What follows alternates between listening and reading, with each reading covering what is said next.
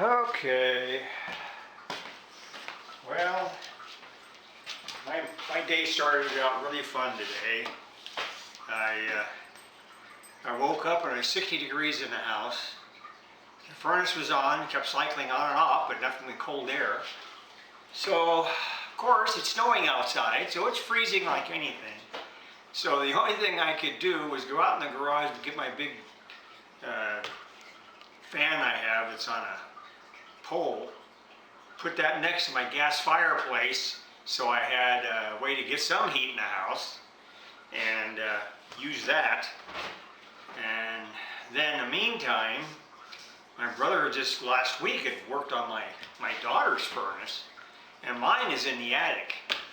And so I told him what it was doing, and I said, it was cycling on and off, but there's no heat.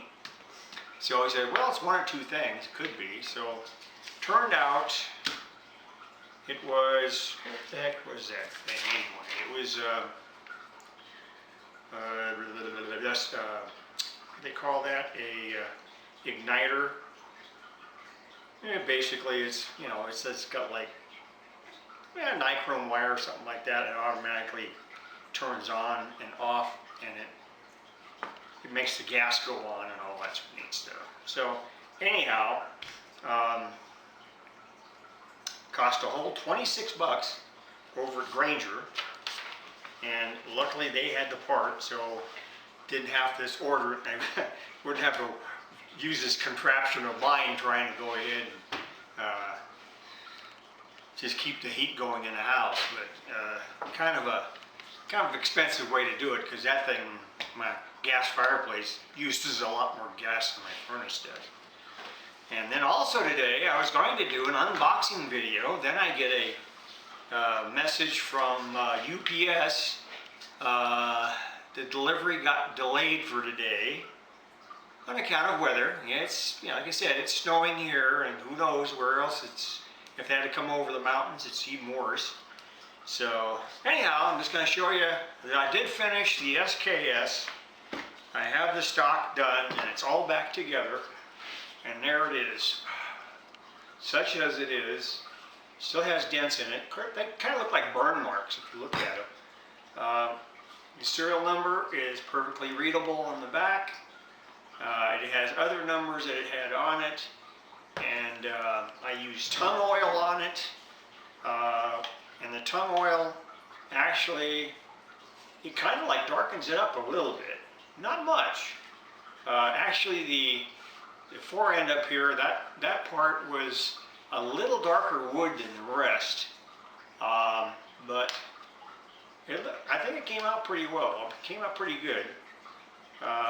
It's really a bear trying to get everything back together. Especially this trigger group. You almost have to use a hammer on this thing. You have to get that really knocked in there really hard. And then you have to remember to put the magazine in. When you put the magazine in, you got to make sure the bolt's pulled back. So if you don't pull the bolt back, that's not going to go in. So, because it has to latch. There's a latch right here. This thing here detaches it, but there's a latch right there. So you have to make sure it locks in that. Otherwise, the magazine's going to keep falling out. But as it is, I don't know. I think it came out pretty good. It's not overly shiny or anything. It's got a dull shine to it. But I don't know. I think it came out pretty good. Like I said, there's still some numbers and stuff that are still visible on this thing that were stamped in it. And for the most part, when I opened the thing up, actually, I did find more cosmoline underneath the metal part of the barrel, and then inside the stock itself. So I had to clean all that out. I used acetone actually to clean the metal parts off. So anyway, there it is. Such as it is. It's all ready to go again. And I do have one more of these. I haven't decided if I'm going to redo that one or not.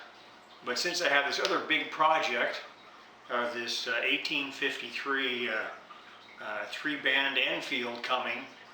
I don't think I'm going to do anything on those for a while because I'm going to need a lot of time.